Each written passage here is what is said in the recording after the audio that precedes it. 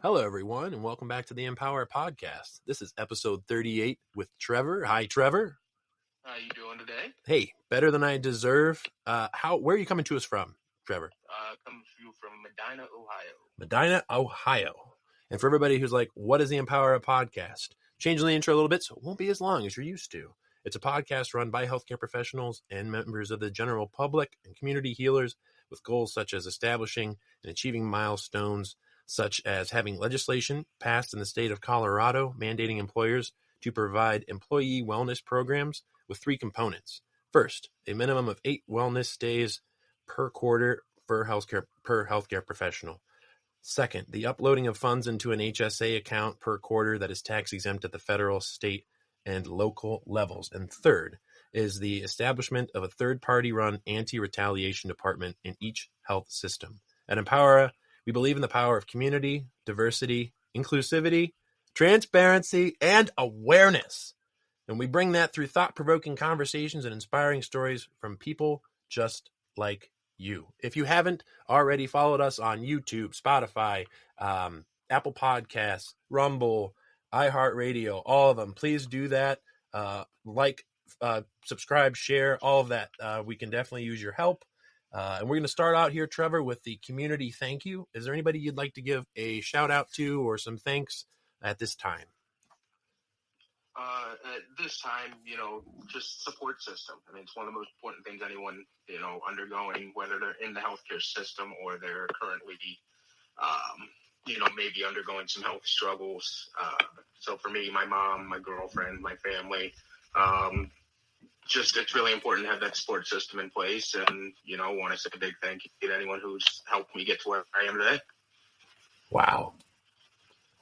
All right. So we're going to start off the show with the integrity of healthcare for you, Trevor. What has the integrity healthcare been for you? And if you could provide a little background if people need and whatever it is you're comfortable with. No, that's perfectly fine. So for those who don't know me, my name's Trevor. Was born very premature with a lot of health issues, liver disease, kidney disease, hearing loss, vision loss, collapsed lungs, et cetera, et cetera. I actually had a liver transplant at 10 years old. After my liver transplant, I struggled with lymphoma for a number of years, chemo, radiation. Fortunately, went into remission in 2013. And then my kidney disease finally caught up with me about 3 years ago, and I've been on dialysis waiting for a kidney transplant for the last 3 years. I come from healthcare in a pretty much strictly hospital environment. It's what I know. It's where I've been. And for me, integrity in healthcare would have to be all about bedside manner and the openness of your physician. It also has to be about patient advocacy and realizing that nobody's going to fight harder for you than you. Knowing that it's okay to question these doctors. It's okay to second guess things. And so I've had experiences where you second guess a doctor or you ask for another opinion, and your level of care then changes. The attentiveness then changes. The attitude changes. And that's something that has to be washed away completely. Just because I feel like sometimes doctors take it as a personal affront. Like, oh, you're questioning me? Like, what's wrong with you? I'm the doctor here. But if, it's like anything else, you go to a restaurant and you ask the waiter, hey, what's in this? It's just simply about having your own education and making sure you're comfortable with what's being done to your body. And if sometimes doctors don't like that, they just want a yes man, then, it has to be about them having the integrity to respect the way you feel, to respect the education you're being given. And I think that's one of the key components that a lot of people don't want to question. They don't want to ask, And I know that's a little long-winded, but I think that's something that has to be addressed. Yeah. And then I guess leading to the next question, too, I feel like we could tie the two. What, in your opinion, is happening in healthcare? A lot of I can speak from kind of a very one-sided dimension. You know, in the world of transplant right now, there's many different things going on. They're trying, but for me in healthcare, I would say that a lot of things are very open and closed sometimes. Yes, no. And I think that's something that needs to change in a sense, like I was saying, that it's okay to ask for another opinion. It's okay to advocate for yourself. And I think there's been a re-empowerment in patients that I've seen, not being afraid to just accept the first opinion anymore. Mm-hmm. And to see that there's not this taboo of if I can contribute, and I appreciate you bringing that to the table, is this generational approach towards, I hate to say it, but I mean, it's just the way it really is the white coat syndrome. And it's not just with doctors anymore. It's with this, and that's the way it was prior too, I think. And when I'm saying not anymore, I mean like over time, at least from what I've seen too, generationally, to see it like progress as to it not just being the doctor where there's this stigma of going away. Even with a nurse, if some nurses are terrible for a shift, maybe some nurses or healthcare professionals need a shift off from somebody. It doesn't mean that patient won't take them back. And I don't see there as being a taboo in that. Just go, I don't want them right now. Like, I can tell there's something different about them. Like, patients can know that. For nurses especially. I mean, nurses nowadays, it's one of the biggest things that I've seen noticed, and I say this all the time to the nurses, is, and I tell a nurse, I don't ever give them a problem or trouble because I know how much is being thrown on them from up above, from the doctors. Do this, do this, do this. And it's, you know, there's been times where I see these nurses working 12-hour shifts, staying over just so that the patient can get their meds. Or they're just so stressed because they have 8 patients, you know, and no STNA, no aid to help them out. Mm-hmm. You know, so maybe there's definitely times where these nurses just need a day to decompress. Mm-hmm. And to have that accepted into society, not just that, but even doctors. You know, I don't know the statistics yet for doctors, like since COVID, but I know prior they had a high risk of suicide, and healthcare professionals in general, from what it is that they do see and take on. But if I can offer this too, to take with you, Trevor, from now on, that moment that you're talking about of not wanting to be an inconvenience, it's I've seen it go south. I have to say, but it's different generationally. But I get what it is you're saying. You're trying to establish rapport. Like, listen, and it's nice to hear that. But I guess from a healthcare professional standpoint, when you get into the shift and you hear somebody say that, it's like, time will tell. Like, but it's not bad.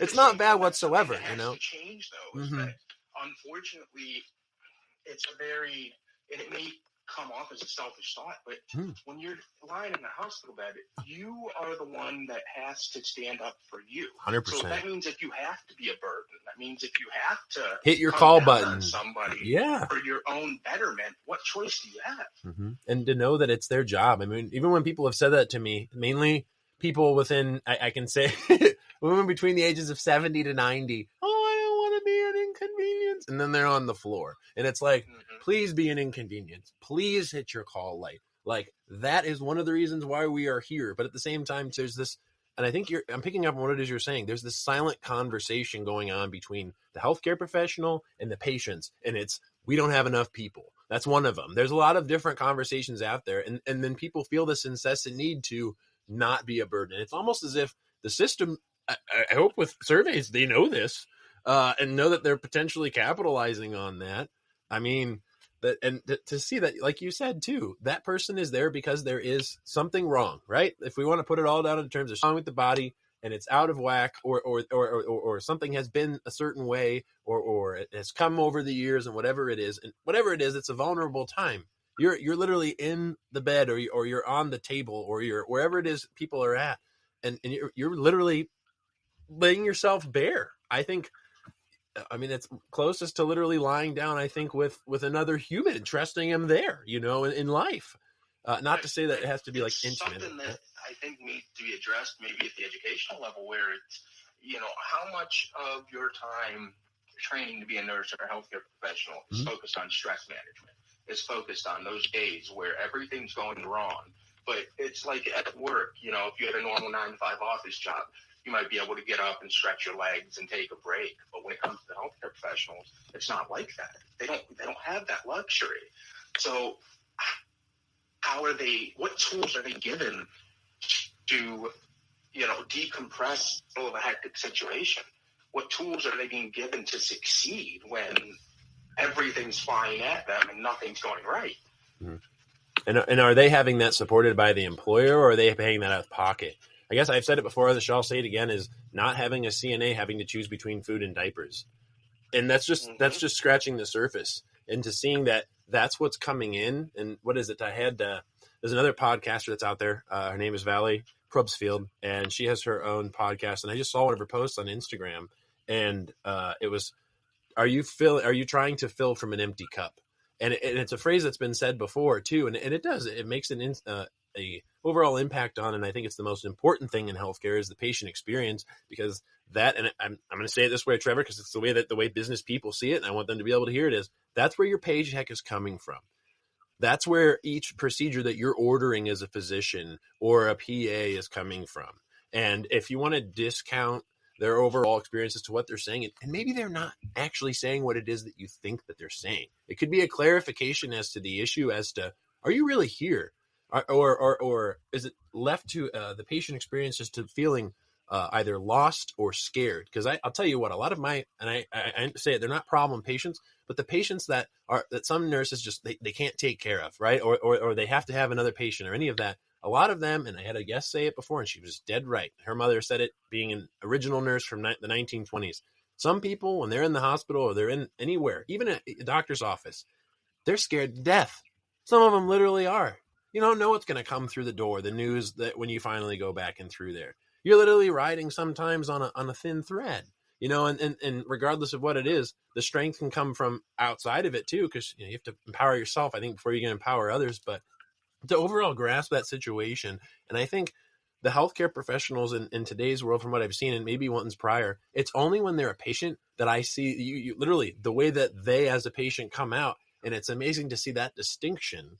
And hopefully I don't follow any, from their own personal experience, when they have their moment and when they are as humans and have to go to the hospital or do seek medical help in some way, shape, or form, is what it's like being on the receiving end of that. And seeing, I guess, and I don't know, you could probably even share for you.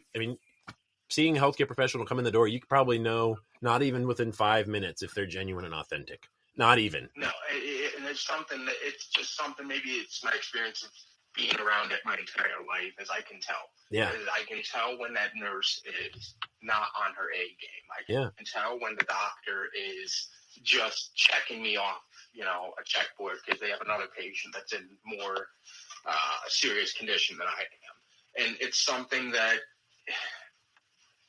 to me, and I say this all the time, is I would rather, and of course I want the best health care for myself at all times. Absolutely. But if I have Dr. A and Dr. B, okay, and Dr. A is top of his class from John Hopkins, accomplished, published doctor with a low mortality rate, and I have Dr. B, who graduated middle of his class from some state university and maybe doesn't have the experience that Dr. A has, but Dr. B's bedside manner is 1,000% better. I want Dr. B. Mm-hmm. I want that calm, reassuring voice, because it's exactly what you said. No matter how long you've been around it, or no matter the situation you're going on, when you're lying in a hospital bed, you're terrified. You don't know what that day's blood work is going to show. You don't know what news is going to come through the door. And to be able to communicate with a doctor or healthcare professional that has an even disposition, that is treating you like a human and not a number, is one of the most important things in healthcare field. Absolutely. And I have to pick a part of the show when I say, Brett, does this guest make you feel empowered? And Trevor, you absolutely make me feel empowered. Especially make me feel empowered. Whew. I tried, I wouldn't come out here if I didn't have anything to offer you. That'd just be a horrible no, you. Oh, I dig it. Okay, so I know we were talking a little bit before the show on some topics, and I didn't know if there's any powering and piece of advice for anybody who's either been a transplant patient, just got told that they're a transplant patient, anything. that you'd like to offer them? Even stuff you could even say that could go beyond state and local ordinances as to quality of life in whatever way that may make out, and as to what is happening now and what could potentially happen, what you could see in your life from that. Yeah. So the first thing I would say is that you have to learn patience. Okay. I have been currently waiting for a kidney for going on 3 years now. And I don't know when my phone's going to ring. It could ring during this interview. You know, it could ring in another 2 years. The average length of time in America waiting for a kidney transplant is between 2 to 5 years. That's the average. 2 to 5. If you do not have a living. The second thing is going to be that there's going to be a lot of changes you might have to make in your everyday life. There might be certain comforts or luxuries that you have to give up. You might have to be told you have to eat a certain way. And with that, I would just say, take it all as it comes. You know, if what you have to do is what you have to do, just constantly remind yourself that this isn't going to last forever. Okay? Every day is going to be a battle. But it's not worth giving up. It's not worth not fighting with not paying. Yeah. It's going to come where the phone's going to ring. I'm going to get a kidney, and hopefully everything will work out great, and we'll move on with my life. So the hardest thing to do is feel like you're in a constant holding pattern, you know, constantly just waiting for the phone to ring. And to that, I would just say, keep living your life the best that you can, you know. Find the little comforts that make it possible for you to sustain each day. Wow. I want to acknowledge the fact that you had talked about it. It's a famous phrase that it was in a song, and it was the passing, right? All things must pass. And it's the reminder of that. I mean, you definitely said a lot there. I'm taking this off because it's amazing to see from the moment of, I guess, the acknowledgement of knowing, in a sense of being that things do pass. And it's amazing in life as you go throughout there, and see all the things that may happen and the conversations that may be had, and still trying to keep that as a remaining thought in your head, is that things will pass. And regardless if it can be good, it can be bad, it can be indifferent, you know, pass, right? And it's amazing to see that. You have to allow yourself as well. Oh, and I'm sorry. No, absolutely not. Nothing wrong here. You have to allow yourself to have bad days as well. There's nothing wrong with waking up, you know, and having those feelings of never going to end. But you have to acknowledge them, you know, acknowledge that they're there, and then move on. Don't dwell on the things that you can't control. You know, focus on what you can control and leave everything else to its own devices. Because when you start to try and control things that you can't, it's only going to lead to trouble.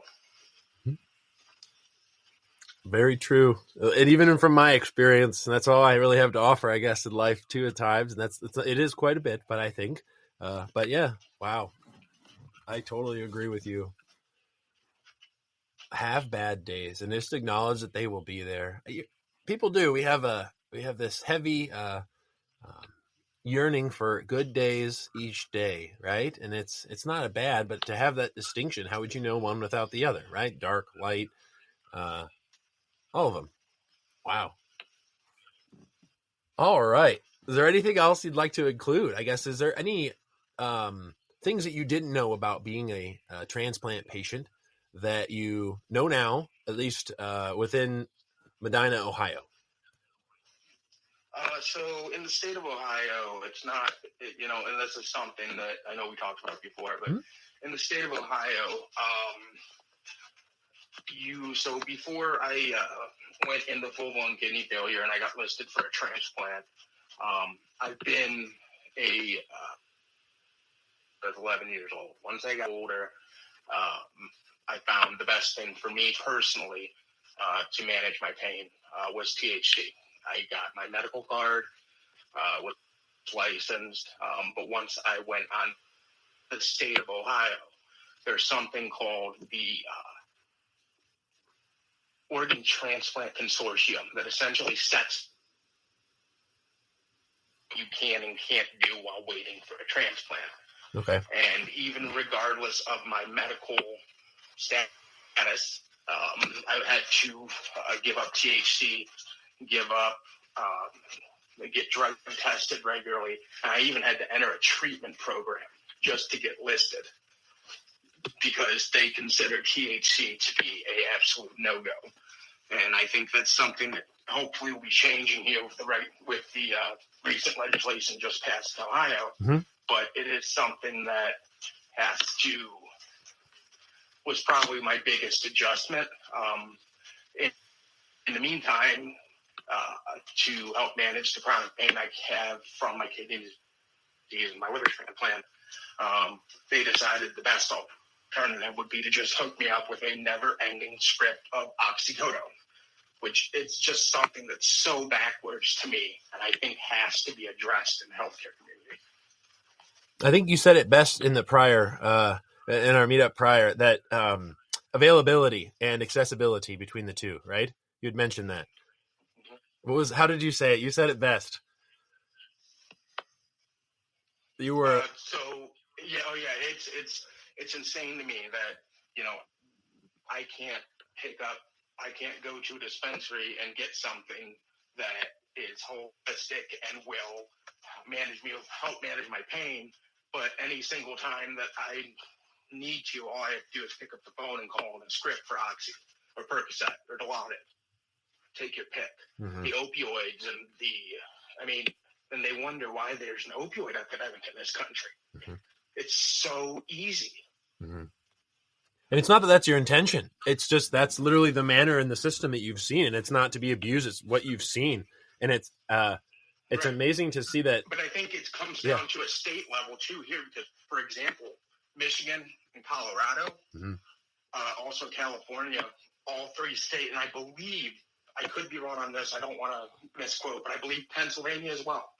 All four of those states I just mentioned allow the use of medical cannabis mm-hmm. while waiting for a transplant. Wow. Ohio does not. Ohio does so not. Under no circumstances. Yeah.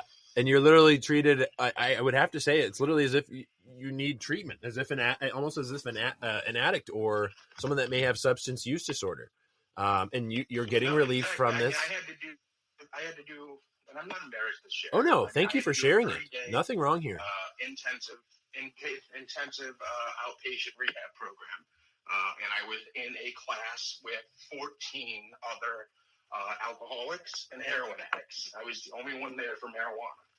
But if I would not have completed that program, they would not have listed me for transplant. Wow. And what was also interesting, if I can include this, you're mentioning all of these states and whatnot. I have to clarify, I believe Pennsylvania is medical. But the thing that is people are seeing this. They're seeing the root. They're seeing what works. They're having a distinction between the two. You're able to declare it. But the interesting part is Ohio is what they said that I believe it's a 24th state now for recreational when it's able to be implemented, which it'll be. Yeah. But what's interesting is we set the standard for the research for the opioid epidemic. They used research out of Dayton because the opioid epidemic was so bad there that they used the research from there for the whole nation. So the interesting part is this is the way that you're being treated when it comes to the use of this substance. And honestly, of them, it's a neurotransmitter. And I believe you have hookups for about 70, if not more, that we know of so far. So it's amazing that within the quality of life that you do have, in whatever way that comes out, Trevor, and I appreciate you bringing this to the actual front into the conversation, you're still being treated, I guess. It's amazing that that's something that you have to do for an organ transplant, but yet somebody who goes in to have their hip done or even, I guess, anything besides an organ transplant, they're allowed, like you had said too, to be given a script and to go on their way. And honestly, I don't know. There's an ability to be to be caught on fire and know, and then there's an ability to be caught on fire and not know. And this is just my own personal opinion, is I feel that the opioid so far in my own personal experience in life, social structure, and people who have been addicted, who have gone through recovery, I've seen a lot more of ugly experiences so far in my life from those who have used opioids and for those who haven't been shown proper guidance, like you talked about earlier too, with education, because all that ties together. Isn't that quite something that all that ties together? Yeah, well, absolutely. I mean, it's almost like you can't have one without the other. Mm-hmm. And the people who are lacking the people who are lacking the structure, the people who don't have the education are the ones who fall victim to this horrible epidemic. Well, and then there's the other one too that we're up against too is the taboo or the stigma with alternative therapies. Absolutely, with holistic medicine, with plant medicine, therapies as yourself, and it's something that is going to be, I wholeheartedly believe, the biggest battle. You know, it's not the legalization, it's not the taxation, it's not the distribution of marijuana that's the issue. It's the stigma of people who have been on this earth longer than I have, who grew up in an era where it was taboo, it was forbidden, it was don't. It raised your heart rate. It raised your heart rate, Trevor. And you wouldn't. And one of the most dangerous things with it was getting caught with it. Isn't that amazing? Mm-hmm. And you had no control over that. I mean, there's people who get light knees and shaky bodies, and they don't know why. You know, it's almost the equivalent of the person who's underage that's consuming alcohol. You know, there's that reaction of, oh no, and it's the stimulation of the amygdala, you know, and that's already happening with, from what I've seen physiology wise with THC, that part, it already has an impact on your amygdala. And it's amazing that we already are having this stimulation of the amygdala, the fear response part of your brain, right? Before it's even been consumed, right? It's almost as if you're in the room and it's like you've absorbed the THC without absorbing the THC, or you've absorbed the potential, I wouldn't say benefits, I guess the potential detriments, I guess, in some way, shape, or form without even consuming, just by being present. And I mean, that leads into all other potential predisposing disorders. It's like anything. It's the same battle, you know, when it comes to things like, you know, gun control, or when it comes to it's just stigma around it. And like I said, that's going to be the biggest thing to overcome. How do you change the mindset of an entire generation? Mm-hmm. You know, how do you fight that battle and make acceptance the number one, I guess, priority? And safety too, knowing what it is, where it's coming from, and whether or not you can be involved with your care too. Some people, they get pleasure out of being able to grow their own plants in whatever way that it is, house plants, aloe, all different kinds of plant medicine. Most people, they do focus on all the other ones that do have psychedelic effects and whatnot, and beyond, other effects as well, such as neurogenesis, all of these. There are all other plants that are out there, even an orange or an apple can have certain effects on you, you know, and it's amazing to see that it seems generationally. I don't know. For me, what I've seen is the older generation, and even people who are within their like mid 20s and 30s, are looking into cannabis, and they're like, let me start with the CBD. Let me look for what's legal. And that's okay. And I'm not here to condone. I'm not here to have anybody break a law. I'm not here for that whatsoever. I'm not here for incitement or any of that. But it seems as if that's the go-to because it is legal. But at the same time, too, like you had said, too, is there's this thought, and it's what I think too is there's a potentiality that there already is the stigma, first of all, but the integration of it and what that will look like over the next 10 years, even DARE programs. I'd be curious what DARE programs will even look like, you know, and I'd love to be able to sit in and listen to one. How are you educating the youth about it? You know, I mean, I remember DARE programs in school growing up. You know, marijuana was one of the things talked about as a no-no. And how do you, I guess the question becomes, how do you pivot? How do you, mm-hmm. and I think the other issue too is it's like anything, people don't want to double talk out of their mouths. So people like politicians or the ones in charge with the regulation and integration may have said things in the past that now they're finding this research or finding this new wave, if you will. How are they able to go back on what they've said previously? And I think that's one of the biggest problems is people don't want to talk out of both sides of their mouths. But I think the simple thing to do is just acknowledge the research that's out there.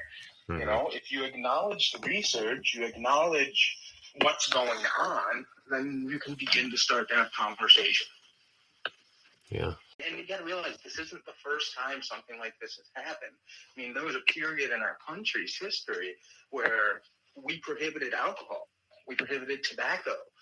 You know, and nowadays, tobacco is one of the biggest industries there is. You know, there already was a reintegration period of this kind of stuff. So now, how do we do this again all these years later? And especially with something like the DARE program, how is it going to be taught to the younger generation? I mean, I have a 9-year-old son, and, when the time comes, hopefully not for a couple years, but when the time comes that it's time to have these conversations, we have to ask ourselves, how do we want to be having them? Do we want them to listen to their grandparents who might have the Nancy Reagan stigma, as I like to call it? Or a fear-based approach, right? Yeah. Are we going to take it in our hands and hopefully, teach them not to fear, teach them safety, and, teach them that obviously there's an age where they, they should have to wait till, but you can't do it with the fear that maybe the people like my parents had. Or the hiding of it, not making it present, only making it, because I think that only makes a kid or even a human more curious, more wanting to be curious and to see it. And I know generationally, if I can add in, you mentioned alcohol, mentioned tobacco, other neurotransmitters that are accepted in society. But there's that integration that you're talking about of the age for not only your son. I mean, I'm an uncle myself, and seeing that over conversation of seeing that you will be out taking a walk and they'll smell cannabis, or you will be out at a carnival and someone decided to light up. Like, these are all things that I think will happen, and it's whatever way it will happen. And being able to not have it be fear-based. I think there's enough fear-based stuff so far in life, money, health, in whatever way that they come out for people. And those are all perspective, I think. But at the same time, too. Oh, go ahead. Absolutely. And it's like anything. If you think back to when you were a kid, or when I was a kid, we're pretty close in age, but when you were a kid, you knew what was going to get you in trouble. You knew what you were going to hide or try and sneak and try and get away from. And why did you do that? Because you were scared of the consequences. If you remove the fear, then what power does it have over you? Mm-hmm. Then also, too, there could be education, there could be transparency, there can be acceptance in whatever way it is. So there's not this curious, I have to sneak into someone's room. It comes down to normalization. Mm-hmm. It comes down to, we're acknowledging the fact that we live in a society that is very different than it was in the late 80s when the war on drugs started. It's like anything. Ignorance is going to only breed chaos. So we have to be mindful that we're not making people ignorant of the realities of normalization. Mm-hmm. And the other thing, too, is there'll be people that kids may see on the news that are getting out of jail. I mean, I'm not for sure with the overall story, but I hope within the judicial system I'm in is if someone were to have been accused of a crime and had to go ahead and do their overall service in whatever way that it was, is what is that going to look like? Like with prohibition, with alcohol and the way things were. I mean, there were even kids that were some of the members that were getting a hold of this alcohol. I know there was a museum I went to in Savannah. Was it Savannah, Georgia? Yes. And when I was there, it was the Prohibition Museum.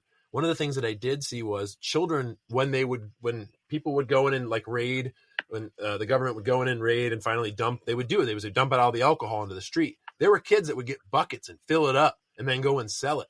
Like, this is an integration of one neurotransmitter, right? That's one in the integration of youth. This is still historical. Like, it's not that people are going to be taking their THC probably and throwing it down the street. I don't know, but at the same time too, I mean, that's going to be a conversation to be had. And I guess for me, if I can share this, Trevor, it's generationally, you look at even the Amish, or you look at other cultures besides here in the United States, they are allowing these substances to have a conversation, whatever way that it is. And honestly, it's to a point where, imagine this is a possibility, as you have a police officer, you have someone who literally just hit and run, and you have somebody that has an ounce of marijuana or 2.5 ounces of marijuana.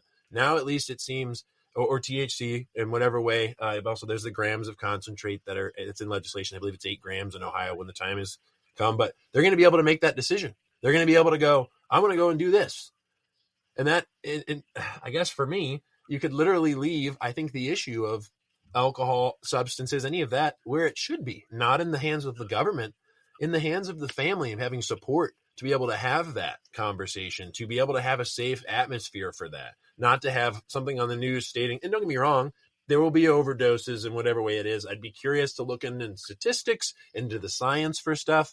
I have an upcoming guest too that's excited to talk about one of the American Heart Association studies they just came out with that talks about the use of marijuana and amongst a population that is morbidly obese, has diabetes and whatnot, and they're saying it has an impact on heart disease. So it's interesting to see how this all comes out, but to be able to have imagine this too, and this is something you can share if you want and whatnot. Imagine you're the one that not only gets to write the story for your son or any of the other loved ones that you know that may be looking into this, but at the same time too, you get to be there in case things go sour, and they don't have to rely on. I hate to say it, but years ago, your drug dealer, hey, something went wrong with this. You think they cared? I mean, like, honestly, I'm not trying to be mean or whatnot. Like, now you get to be that safe space from your own experience if you have it and share it, or that of another, and know that it's not a taboo. You're not breaking the law telling people this. You're raising transparency for safety. Has to be addressed in the, almost in the same manner as, maybe even like with the young ones, when you're talking about things like safe sex. Yeah. It's just something that has to be addressed. You get tested for that too, right? You get tested for safe sex usually. They do talk about that in school, right? Getting tested. You can still test substances too. It's amazing. Okay. But why not? That's you're up to something with that, Trevor, saying that could be a time to have that. Why not? Get these conversations out of the way that do lead to, as we've seen statistically, decreased of quality in life, being able to achieve whatever it is people want to do. It's just about talking about it and approaching it, things like racism, social justice. If you're not talking about it, if you're not actively working to break a stigma, then what good are you doing? Mm-hmm. You're leaving it as it is. You're almost condoning it. Yep. What you permit, you promote. And if you're permitting no action and just knowledge of that it's occurring, you're exactly right. What are you doing? What are you promoting? And some people, they don't know. And that's one side of the coin. I totally get that. But I guess it's once you have that transparency and awareness as to what is truly happening, then what you do with that knowledge, that is where I think the importance is.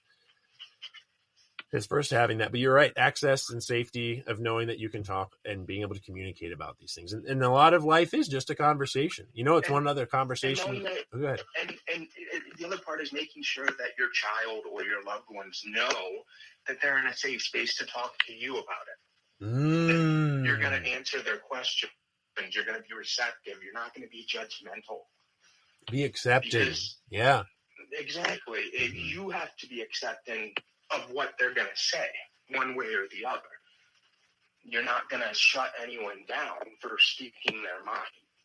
It just all comes back to us as people in general, really. I mean, and I know that's a much broader subject, but how can we as a whole just normalize talking, normalize having a conversation about something that might be uncomfortable to talk about? That's where you know what? You're up to something with that, Trevor. I honestly think that's one of the areas where the juice is in life. One of the honest areas in life where the juice is, the good stuff, right, is being able to have those uncomfortable conversations. Because in the moment where it may be uncomfortable, that may, like we talked about things passing, the uncomfortability part may pass. It will, if not, from what I've seen in my life, right?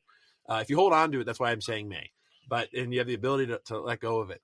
But after that, what comes out of that? What comes out of those conversations and the interesting part is it may just be uncomfortable for you, right? It may just be. And it's amazing to see when other people want to, I guess, having that vulnerability. If I were to talk to my 9-year-old son about it, and I there's obviously, I think, a time and a place. I don't think 9's the right age, but if I were to talk to him about something that was uncomfortable, you know what I'm pretty sure his response would be? It would just be curiosity. So you have to channel their curiosity into a way where explain their, and let them ask questions. Let them talk to you. Let them draw their own conclusions by guiding them to where you want them to go. Yeah. And I think one of the things to acknowledge is to having a child or having a loved one or a member of your social structure, having that willingness to do that. And how another part of life is having that part is the juice too, is having them have that ability to step out of whatever that discomfort is, whatever that face of disagreement is. And it doesn't just have to be THC, folks. It can be anything. It can be honestly anything. And I'm gonna kind of flip the script You're on you good. a little bit here. Yeah. For example, I have my girlfriend, been with her for over 5 years now, and she is a STNA in a geriatric care facility, and she works on the Alzheimer's unit. Before she was with me, she didn't know anything about organ transplantation or the reality surrounding it. But being able to have that support system and allowing her to ask questions and allowing her to understand, all that does is strengthen my support system. Wow. It's just about having the conversation. Mm-hmm. And that comes with anything. Yeah. Whether you want to teach your kids racism or, I should say, don't teach them racism. Absolutely, them about the dangers of racism. Or the existence of it, the sense of being, right? Yes. The things that make it up, right? So that they know it instead of, why does this person act this way differently towards that person? Why is that person treated differently? Why has this been said to that person? This word out of all words I've never heard before, or whatever words they may be in language. Yeah. Wow. You're right. Because they do. They're sponges. We've said it before as humans, and we'll say it all again, folks. The mind of a child is like a sponge. But it's just about, being able to have a conversation about anything, whether it's with a loved one, a spouse, a significant other, a child, a parent, a grandparent. You have to start everything with a conversation. Mm-hmm. And I think that's what it comes down to. Yeah.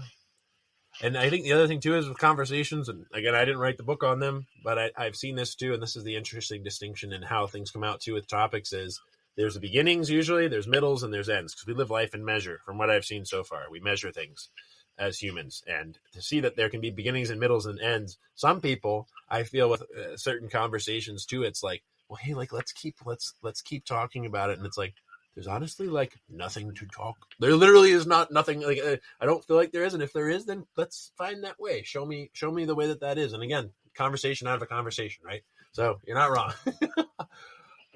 Wow, I dig it. Totally dig it. And shout out to your significant other and the work that she does throughout healthcare and the improvements that she makes and the differences that she makes in everybody else's life. Because I'm sure if she thinks she knows what it is, it's way beyond it. Yeah, absolutely. Wow. And especially with someone who deals with, people struggling with Alzheimer's or dementia, mm-hmm. that's a hard feel. Absolutely. It's something that, both my grandparents passed away from, and I remember how bad they were at the end. So it definitely takes someone of strong character to be able to do that. And I'm glad that she's part of my life. Mm-hmm. Wow. Yeah, and words don't do it that much justice, but you have yet to still, like we said, have the conversation of saying the way that she has the impact on your sense of being.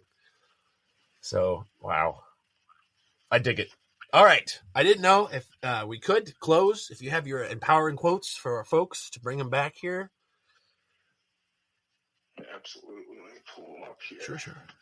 All right. So I have a couple for you. First one. Late, great Margaret Thatcher. You may have to fight a battle more than once to win it. Meaning, sometimes things are going to pop back up in your life.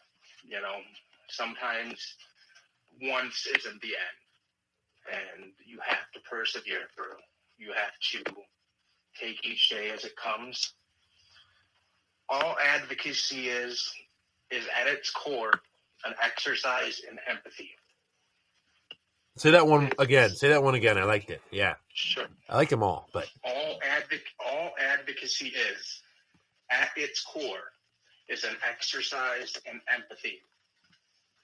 It's being able to relate to what someone's going through. Absolutely. Being able to empathize with their situation, realizing that no matter what I've been going through the last 3 years or the last 28 years with all my medical problems, you think that I think there isn't someone out there who hasn't had it worse than me? No. I understand that. I'm not caught up in self-pity. It is what it is, and all things will pass. Absolutely. And I think that's where I'm going to leave it for you today, Brett. I dig it, Trevor, and I appreciate you inventing the possibility. And folks, this has been episode 38 with Trevor. Thank you, Trevor. Hey, I appreciate it. Anytime, I'm more than happy to come on and talk. Absolutely. Love to have you back. All right, folks. All right, my man. Thanks. Bye for now, Trevor.